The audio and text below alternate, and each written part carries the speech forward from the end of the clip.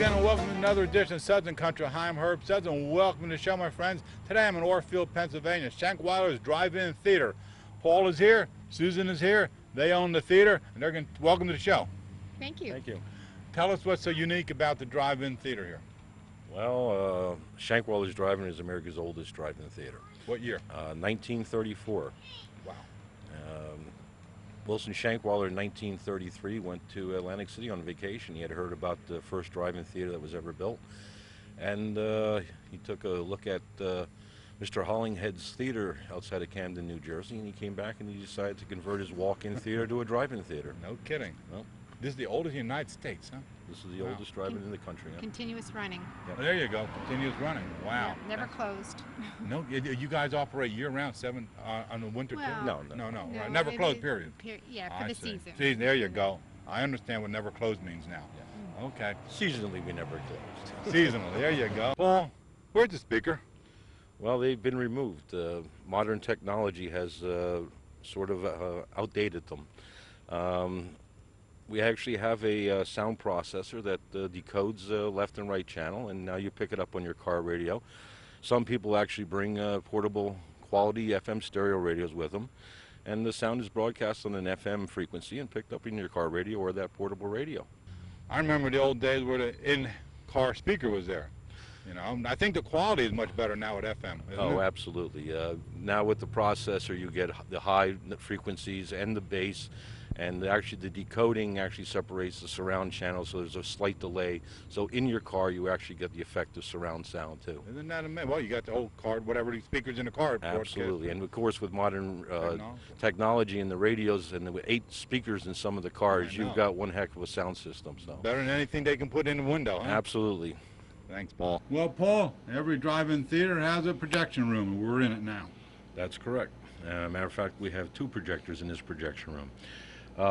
What you see here is a 35 millimeter projector and lamp house, and with the projector mounted on the front of it. And every theater's 35 millimeters are converting over to digital, some theaters. And what about the bulb inside? Well, we used to have carbon arc, as every theater did. We've converted over to xenon lamps. The film you see in back of you is 35 millimeter. It's approximately 6,000 feet. That's about an hour of film, 55 minutes to an hour of film. When they come in from the film distributors, they're usually about 20 minutes. We put them together on the larger reels. And there's 2 projectors because most films are obviously longer than an hour, and we have to go back and forth. Okay. Paul, I never gave this a thought, but parking can be a problem for the people in the back or in the front with the size of vehicles, with the SUVs and the big campers on the trucks and all that. Am I true? Is that true? Oh, absolutely. That's why we designate certain parking areas for high vehicles, trucks, vans, SUVs. It's something we have to do in order to allow the people who still have the normal sized cars to be able to see the movie. No more Model T Fords, Model A Fords, huh? No, not quite, not quite. What's the percentage of vehicles driving in here, SUVs or cars? Probably trucks? close to 70% of the vehicles the families have trucks, vans, or SUVs. Well, they sit up pretty high compared to a car. Absolutely. The vision, and they get good vision from back here, I presume. Yeah, the land is sloped, obviously, and we do have designated parking spots. The yellow ones are for high vehicles, and yep, and the white spots, there are still 2 rows down there for cars, so that their view isn't obstructed. But then, of course, you get people with the vans with the hatchbacks and everything else, and then, of course, we have to go around and ask them to tie those down too. So we don't live in a perfect world, but we do what we can to make the movie-going experience, best for everybody. put a smile on everybody's face. Hopefully. Good. All right, Paul. Thanks.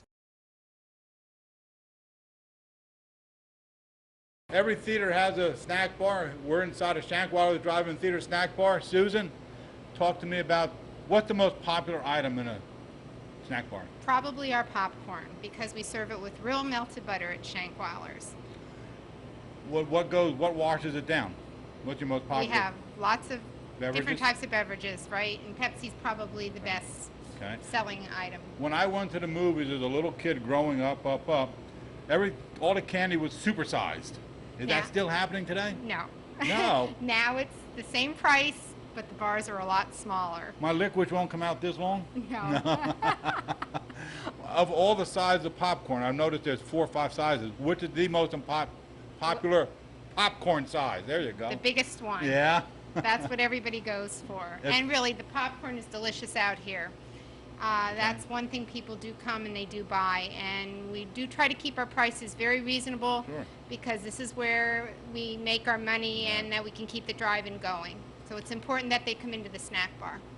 How many pounds of popcorn do you go through, just roughly? 5, 4? Yeah, I on have a no really idea. busy weekend, like 3 days, probably 100 pounds. Get out, that much, huh? Yeah, a lot of Wow. popcorn. And a lot of butter, too, then. Absolutely, absolutely. Thanks, Susan. Well, my friends, we're wrapping up this edition of Suds and Country at the Shankweiler's Drive-In Theater in Orefield, Pennsylvania.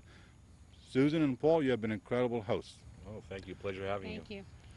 Talk about your website and when you're open, and tell the people what, more about the theater. Okay, we're usually open by mid-April, and we go through to Labor Day. And you can reach us at www.shankweiler's.com. Spell Shankweiler's. SHANKWEILERS. Good. Very good. And you're open from spring to fall. And Yeah. you show first run. We show first run, generally family-oriented pictures, and in the spring we're open only on weekends, and Okay. then generally somewhere between Memorial Day in the month of June we'll open full time 7 days a week until Labor Day. And from what I gather in the conversation, better to be here Monday, Tuesday, Wednesday, and Thursday? Well, we generally will fill the theater Good. between on Fridays and Saturdays, Good. sometimes on Sunday. But if you can come during the week, it would be appreciated There because you that's go. our slowest time, Absolutely. especially if you're coming from New Jersey. There you go. But we do get a lot of customers from New Jersey. Well, this is quite an unusual theater to go to. Well, yeah, it's America's oldest drive-in. It's the oldest existing drive-in in the country. It was the second one built, and the first one had closed actually after 5 years, and we're still here. Jogged my memory a few years ago.